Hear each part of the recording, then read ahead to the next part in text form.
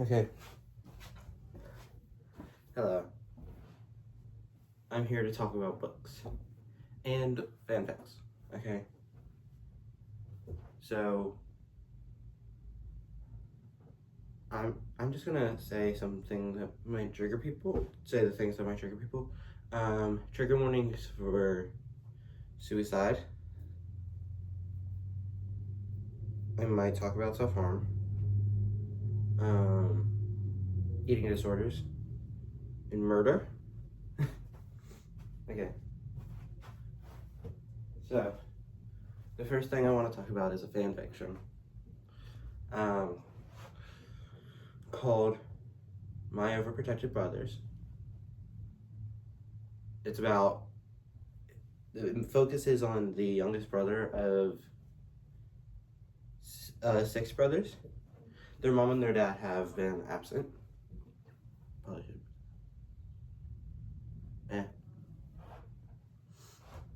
And this youngest brother has an eating disorder. Okay. Because of this guy. This motherfucking bitch ass.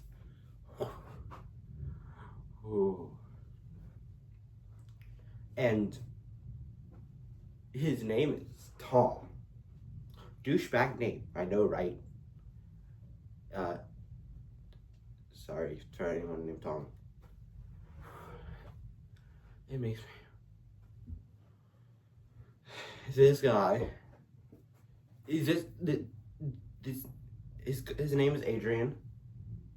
This youngest brother, his name is Adrian. And he's skinny. He acknowledges that he's skinny himself. And this guy, Tom, has the audacity to call him fat. And over years, he's given him an eating disorder. It's just a guy at school, by the way. And, oh my God. And this guy. And then, he beats him up.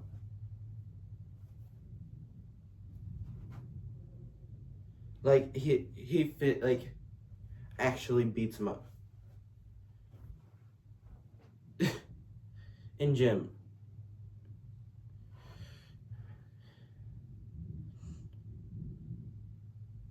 Okay, and then there's this other guy named Lucas that's Adrian's crush. So, Lucas invites him to his house to make cookies. And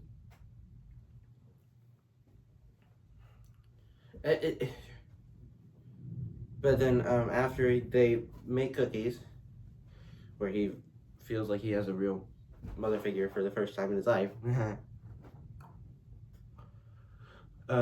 he goes back and his brothers find out that he's been beaten up. And then they immediately start pulling pranks on him.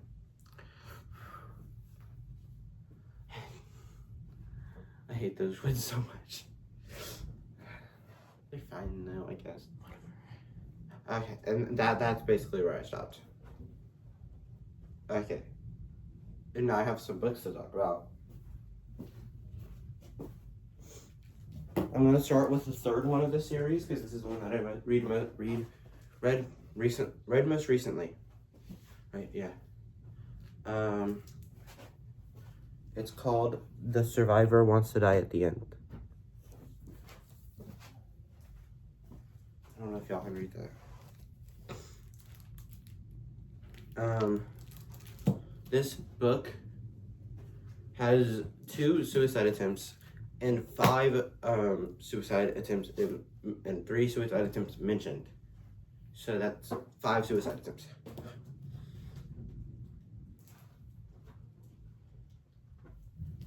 And like, I'm not joking. Suicide, there's suicide prevention resources, which I feel like all books should have actually. In the end, especially if you mention suicide. But basically, this is so hard to explain, okay? Because you need to read the prequel first. Like, you have to read the prequel. I would recommend reading the prequel, and then Mateo, and then okay. So I don't have the first book that I read because that was the library and it was a while ago. But I do have this one. Just the second one I read, and this is the prequel. I would recommend reading this first. This one is called The First Stood I at the End. And you get to know a lot about this one. I have a book that's actually relatively adjacent to this one. Oh, forgot to explain what Deathcast is. Okay. So with The First to Die at the End, there's a thing called Deathcast, right?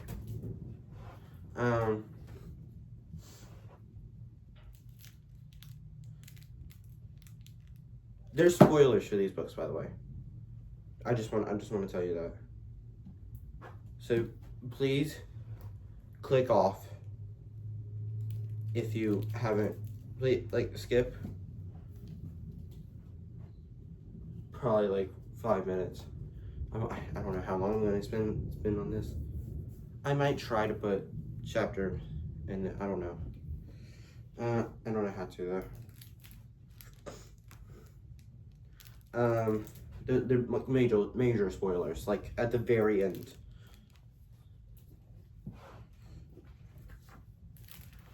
There's in this book talking about suicide. There's something at the beginning.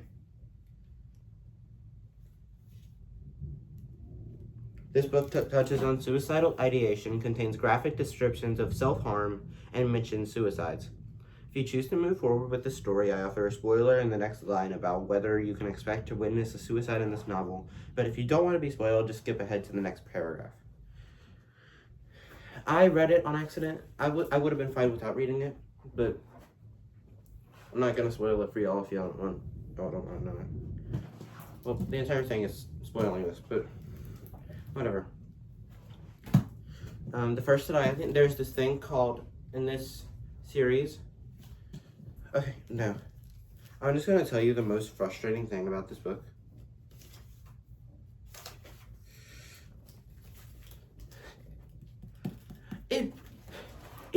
It ends on a major cliffhanger. And we have to wait for the next book. I'm so mad. Like, just turned it into a 1,400-page novel and I would have been fine, okay? Fine, I tell you.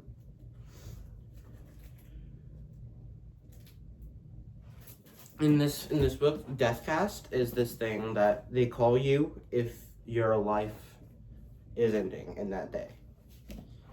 And you don't know how it's going to end, but some people you can guess. Like, the main character in this book has one of the main characters. Like I said, I haven't mentioned this is gay.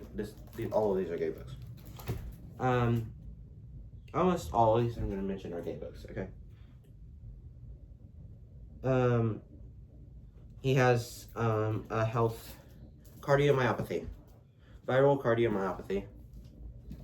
Probably should put a trigger for that. And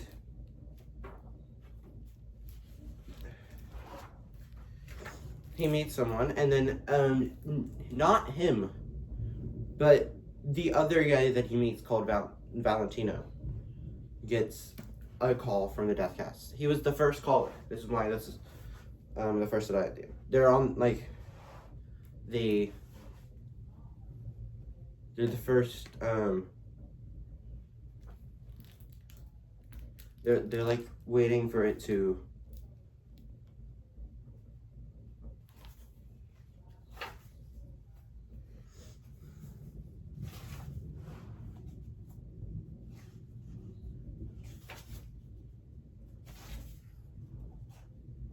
launch. The Deathcast launch. Deathcast. Okay, that was hard to pronounce for some reason. And the other guy gets a call. Not Orion. Now, to explain what happens in this book, I'm gonna need to spoil the last book, like, majorly. Oh my god, 10 minutes, okay. Already spent 10 minutes on this. And I have, like, piles of books over here to talk about, okay. At the end of this book, the first that at the end, I might just not talk about this one, and y'all can learn about it later, because this might just take way too long.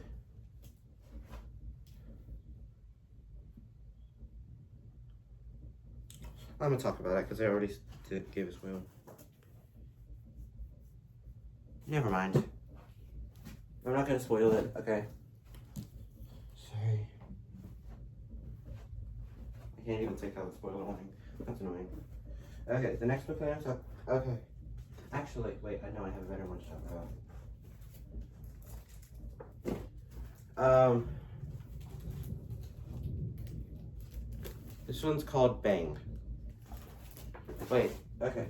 To explain why that one's better, I am going to have to talk about this one. This one of the main characters, shoots his abusive father, who was trying to kill his mother, with a gun. And then, Deathcast hadn't called him that.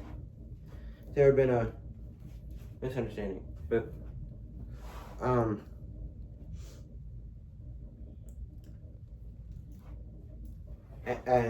he lives his entire life with that. He tried to commit suicide 2 times, and then he's trying to commit suicide again, which isn't a thing. This isn't like a surprise. And then this one called Bang. This one is about a guy. I'm just gonna read you this front page, this front thing. Sebastian Cody did something horrible, something no one, not even Sebastian himself, can forgive. At the age of 4, he accidentally shot and killed his infant sister with his father's gun. Now, 10 years later, Sebastian has lived with the guilt and horror for his entire life. With his best friend away for the summer, Sebastian has only a new friend, Anissa, to distract him from his darkest thoughts. But even this relationship cannot blunt the pain of his past, because Sebastian knows exactly how to rectify his childhood crime and sanctify his past. It took him a gun to get him into this. Now he needs a gun to get out. So he killed his infant sister at 4, and now he wants, by accident with a gun, and now he wants to commit suicide. Aren't those like the same thing? Except one was an abusive father and one was an accident. Okay. And now I have, and one of them killed at 9, one of them killed at 4. And now we have Cold.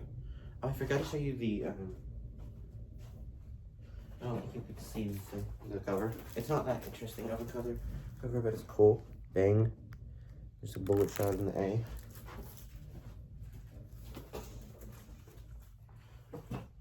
And now we're going to talk about this one, Cold. So, girl on the front, boy on the back. This is a gay one. The other one wasn't gay. What was I mad about? A boy, a murderer, a girl, a secret. I'm going to read you this front thing. Todd Meyer is dead. Now he's some sort of ghost hovering over his body, which has just been found in the town park, naked and frozen in the snow. As detectives investigate Todd's homicide, Todd replays the event that led him to his end in the park. Georgia didn't know about Todd, but she can't stop thinking about him. Maybe because they're both outcasts at their school, or because they're both queer. It might also be because Georgia has a feeling she's seen Todd somewhere before, somewhere he wasn't supposed to be. So, I really don't want to spoil this, but I want to talk about it so bad. Okay.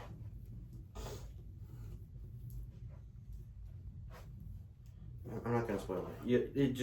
It's so good. It goes kind of fast. There's a lot of these that go kind of fast. And usually I hate that. Oh, I do just hate that. Cold. This Cold goes kind of fast. This one is called A Darker Mischief.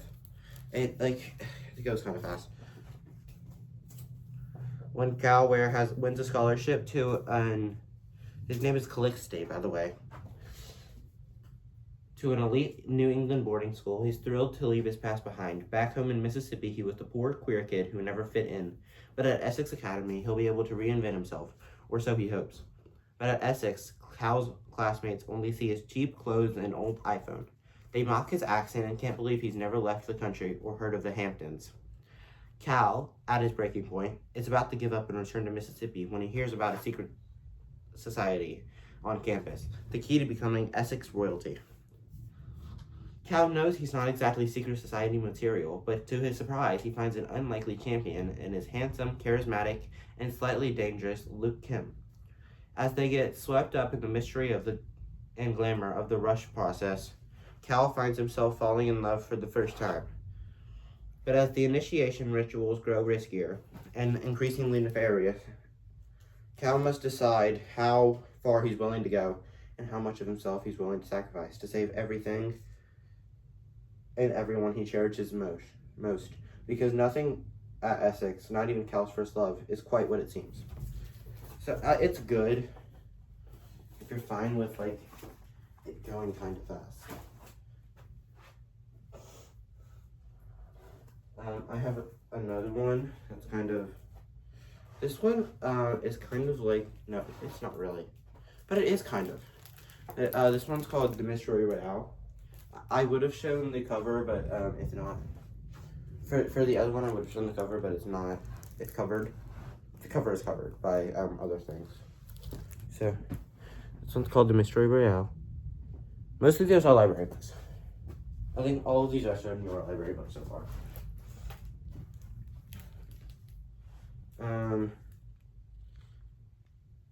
This is a lot to read. Okay. The only thing 16-year-old Mullery Prudence has left of her mom is a warning. Run if the strange finds you. But mysterious warnings don't pay the bills or help take care of her sick gran. And they certainly don't make her miserable after-school job any more bearable.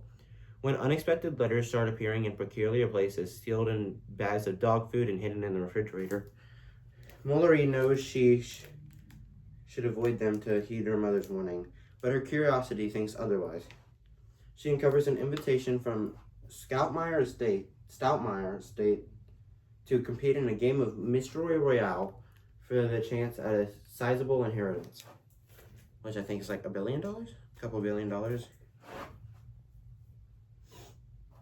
Dizzy with the prospect of billions, Mullery enters the game only to unearth the true prize: the illusionary magical properties of Xavier Stoutmire, a recluse without an heir. A recluse who was expected to keep his magic in the family, especially when there isn't enough for each member.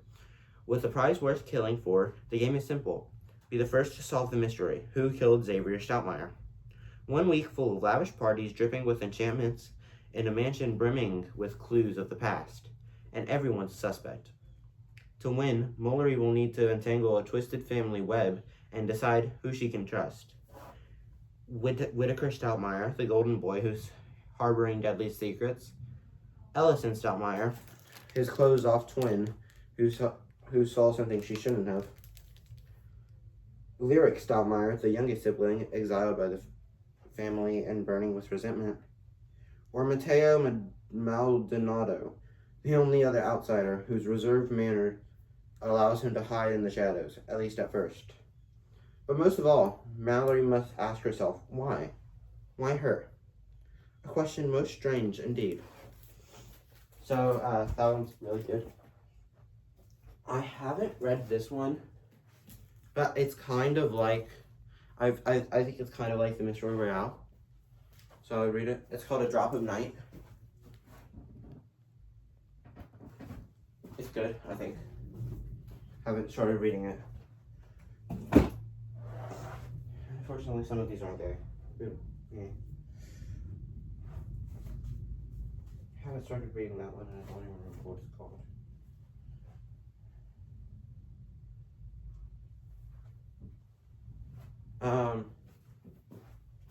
Now, this is the second book in this series. The first one is called The Inheritance Games. This one's called The Hawthorne Legacy.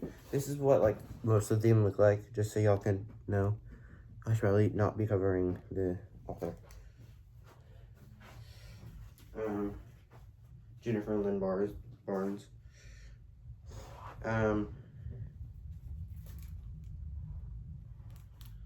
And she got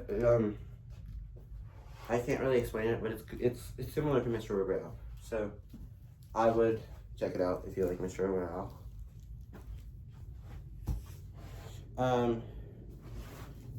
And I also have, I don't have the first one of this series either, because these are all library books so far. This one is called Good Girl, Bad Blood, but it's a part of the Good Girl's Guide to Murder series. That's really good. Check that out. Okay, and now I have some others to get.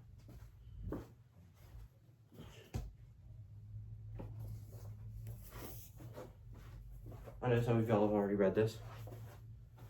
Lord of the Flies? Absolutely hated it. I'm not recommending it. Went 2 pages? No. Maybe it got better, but I just don't like it. Okay. Sorry. You know what about that is school. That was a school recommend. That was something for school that we had to read. I didn't read. You know what's a school thing that I did read and I really liked? The Outsiders. So good. I've gotten to the fandom for a little bit there. It's really good. Okay. Written by Essie Hinton. Sorry. It's really good. About social classes and stuff, and it's really good. Y'all should read it. I count how many times I said it's really good. Probably a lot. I'm gonna go get another book from another room. Okay. Okay, I got it. This one's called Wilderlore. There's no fandom for it. None. Like, it's so good too. Y'all need to read it. It's... I promise.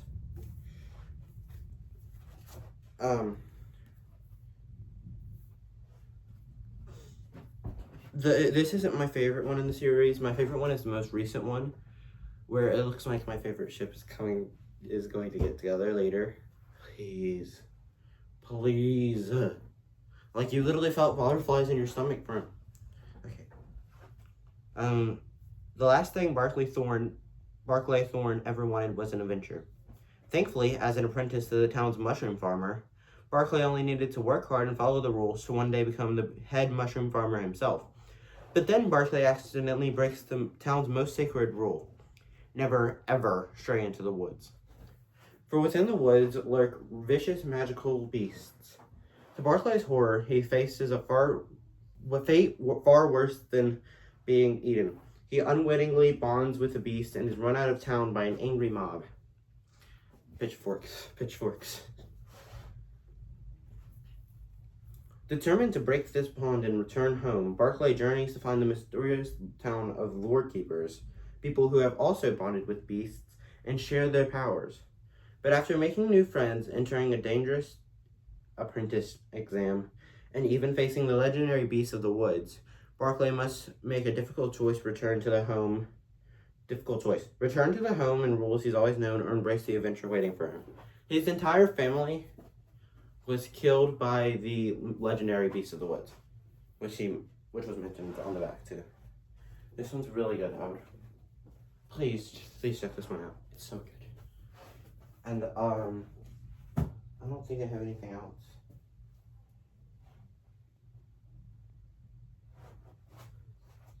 I don't think so. Let me check.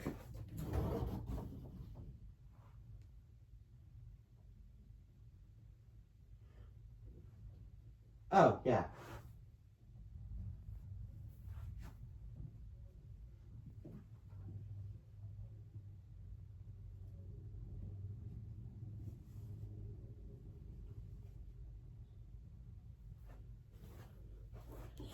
have another one after this, actually. Keeper of the Lost Cities. Now, this is the only one I could get out there because it's kind of stuck under a bunch of other books. But this one's Keeper of the Lost Cities Unraveled. The first Keeper of the Lost Cities does not focus on this guy that you just saw. It focuses on Sophie. And Sophie Foster, she finds out she's an elf and has to go back home. I have the graphic novel somewhere over here. Don't I? Right, yeah. Under gold. This is the part 2 to the first graphic novel. I have the first graphic novel over here. Part 1 of the first book graphic novel. Okay. This is what this one looks like. If you'd rather read the graphic novel first, I guess. I don't know. Sophie Foster has a secret. She can hear the thoughts of everyone around her, and hiding that ability makes her an outcast at school and in her own family. But everything changes when she meets Fitz, a mysterious boy who can also read minds, and she shows her somewhere that she does belong. Soon, Sophie is whisked away to a world where there's a name for her ability and where there are others like her. But life in the beautiful lost cities isn't as idyllic as it seems. Can Sophie really leave everything she knows behind and start over again? And what if there's a reason she was hidden away? Okay. This is just the first half of the first film. So, I have another one I think y'all should read. But I need to get it out, and that might be a challenge. So, especially hidden behind all these clothes.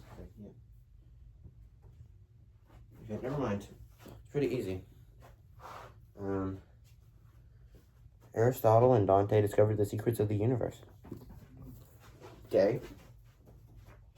I will say, this one is the first one in the entire series to have gay representation, which is probably why it's my favorite. But I do think that Alvar is in love with Keith, and we'll figure out what that means.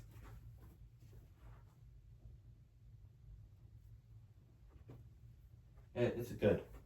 You should get it. I'll just put it right there. Aristotle and Dante discovered the secrets of the universe. Okay. Dante can swim. Ari can't. Dante is articulate and self-assured. Ari has a hard time with words and suffers from self-doubt. Dante gets lost in poetry and art. Ari gets lost with thoughts of his older brother who is in prison. Dante is fair-skinned. Ari's features are much darker. It seems that a boy like Dante, with his open and unique perspective on life, would be the last person to break down the walls that Ari has built around himself. But against all odds, when Ari and Dante meet, they develop a special bond that will teach them the most important truths of their lives and help define the people that they want to be. But there are big hurdles in their way, and only by believing each other and the power of their friendship can Ari and Dante emerge stronger on the other side. I would really check this out. It's good. Okay, now I think that is the end. So bye everybody. And I'll see you later, I guess.